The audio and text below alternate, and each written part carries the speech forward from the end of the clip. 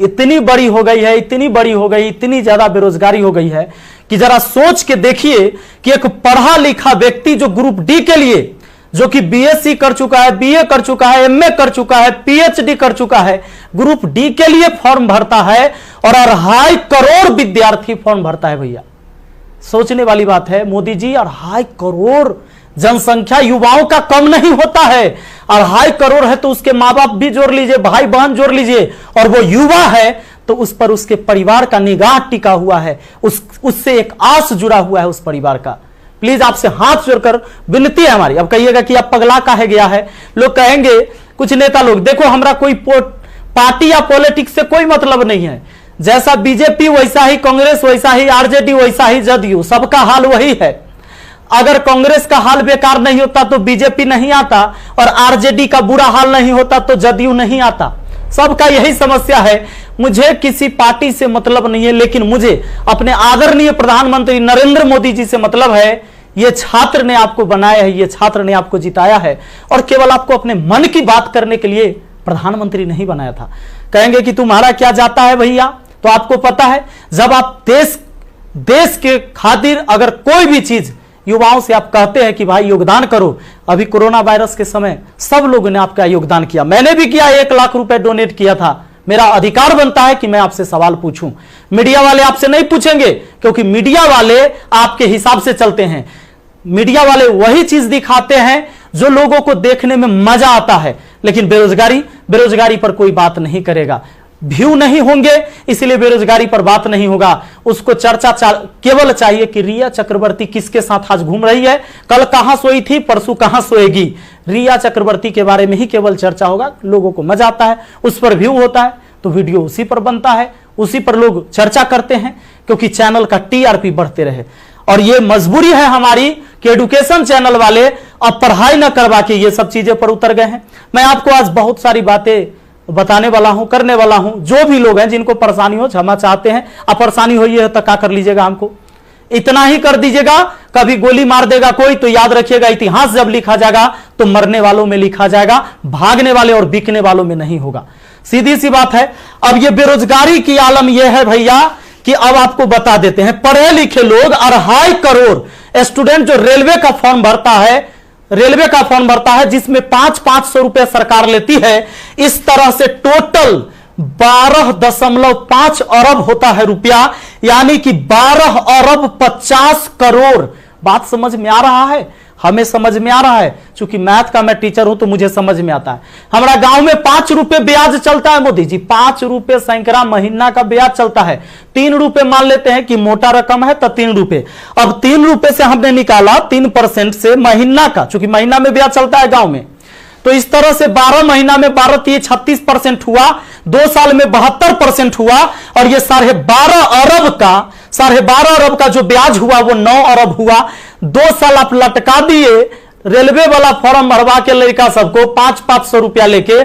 अब आप कहिएगा कि एग्जाम के बाद तो हम पैसा लौटा देते हैं, लेकिन बात यहां यह है कि पैसा तो आप लौटा दीजिएगा, 100 रुपया रख लीजिएगा, 400 लौटा दीजिएगा, लेकिन 2 साल में आपने बिजनेस कर लिया है 9 अरब का। भैया बहुत होता है 9 अरब, कोई साधारण बात नहीं है। अब देख लीजिए, आप कहेंगे कि इतना बकर बकर कर रहे हैं, भाई गरीब आदमी है। जब मेरे अकाउंट में केवल 1,23,000 रुपया था ना, तो 1 लाख रुपए हम पीएम केयर फंड में दिए थे। काहे जानते हैं कि कोरोना से लड़ाई लड़िएगा ना, तो कोरोना से लड़ाई लड़िएगा तो देश हित में ही पैसा जाएगा।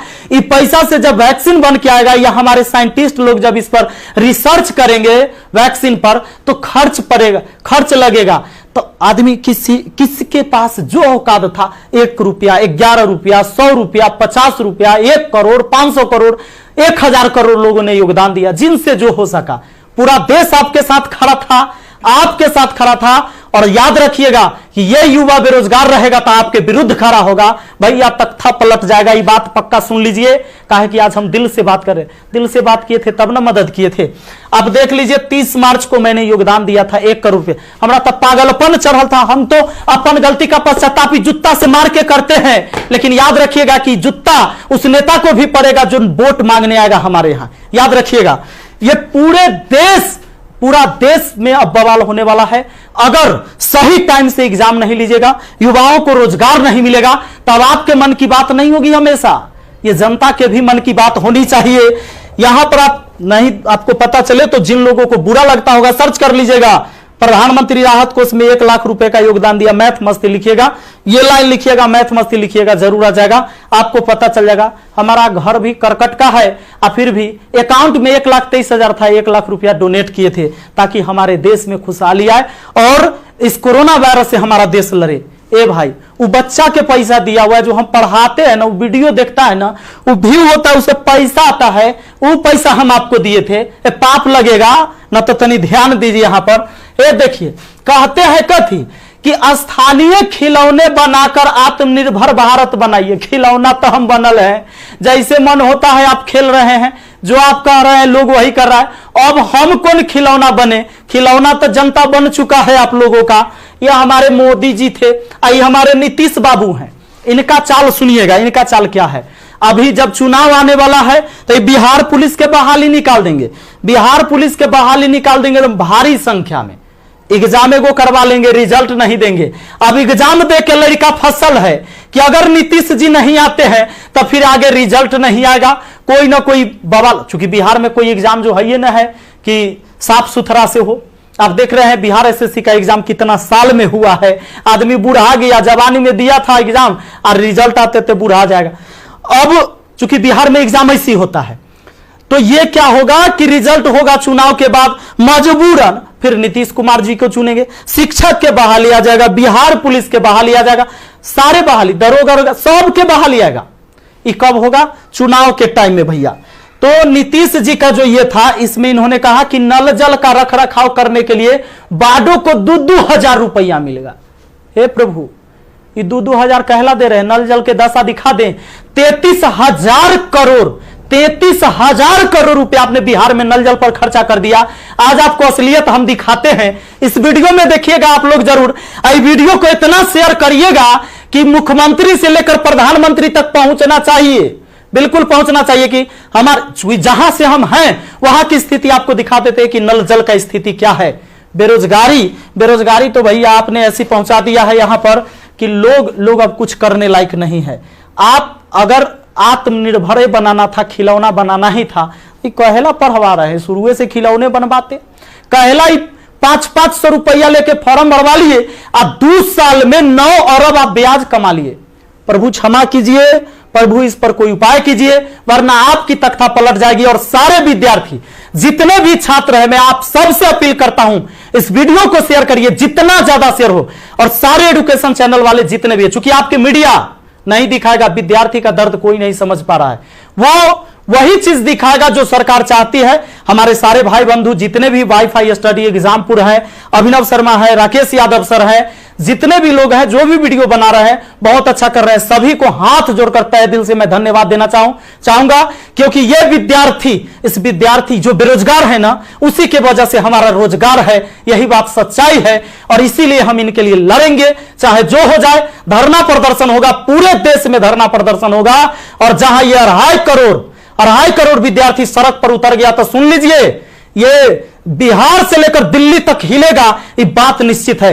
एक साथ हम हैं, सबके साथ है। सारे छात्र आंदोलन करने के लिए तैयार रहिए। एसएससी टाइम से एग्जाम नहीं लेती है। एक तो आप वैकेंसी ही कम निकालते हैं, अब वैकेंसी कम निकालते हैं तो जो निकालते हैं ओकर तक कम से कम एग्जाम ले लीजिए, सही से रिजल्ट ले लीजिए, सही से रिजल्ट दीजिए और एग्जाम सही से ले लीजिए, टाइम से ले लीजिए। एक शेड्यूल बना दीजिए, जैसे मैट्रिक का एग्जाम होता है, 12th का एग्जाम होता है कि इस महीने में होगा, इस महीने में रिजल्ट होगा। उसी तरह एसएससी का भी एग्जाम होना चाहिए, रेलवे का भी एग्जाम होना चाहिए। आपको जितने सीट पर लेना है, लेकिन इसका एक टाइम फिक्स होना चाहिए। कितने इस महीने में एग्जाम होगा, इस महीने में रिजल्ट आएगा, इस महीने तक ज्वाइनिंग होगा, ताकि अंधेरे में लोग न जिए। हे प्रभु, ये पाप लगेगा अगर इस युवाओं के साथ गरीब के बच्चा ना जनरल कंपटीशन के तैयारी करता है, आर्मी के तैयारी करता है, गरीब के बच्चा जाता है। कम से कम एकरा साथ इतना अन्याय न कीजिए। ये पाप का घड़ा भर चुका है। मैंने अपने सर पर जूता मारा है। अगर वोट मांगने मेरे एरिया में आइएगा, हम जूता मारेंगे आप लोग को, ये बात पक्का कह देते हैं। आई वीडियो शेयर होना चाहिए। आप सबको इस बात के लिए मैं कहना चाहूंगा कि आप शेयर करिए, इस वीडियो को पहुंचाइए, जहां तक हो सके इसको पहुंचना चाहिए। और हर व्यक्ति आपसे हाथ जोड़कर विनती है कि हल्ला बोल ये नारा लगाइए और सब लोग पहुंचाइए, सब लोग वीडियो बनाइए, जितने भी एजुकेशन से जुड़े हुए हैं, क्योंकि कोई मीडिया वाला आपको दिखाने वाला ये नहीं है। और बस यही बात कहना चाहेंगे और जल्दी आग के तरह इस वीडियो को फैलाइए। और ज्यादा कुछ नहीं बोलेंगे, बेरोजगारी इतना बढ़ गया है कि आप सब कुछ समझ ही रहे हैं।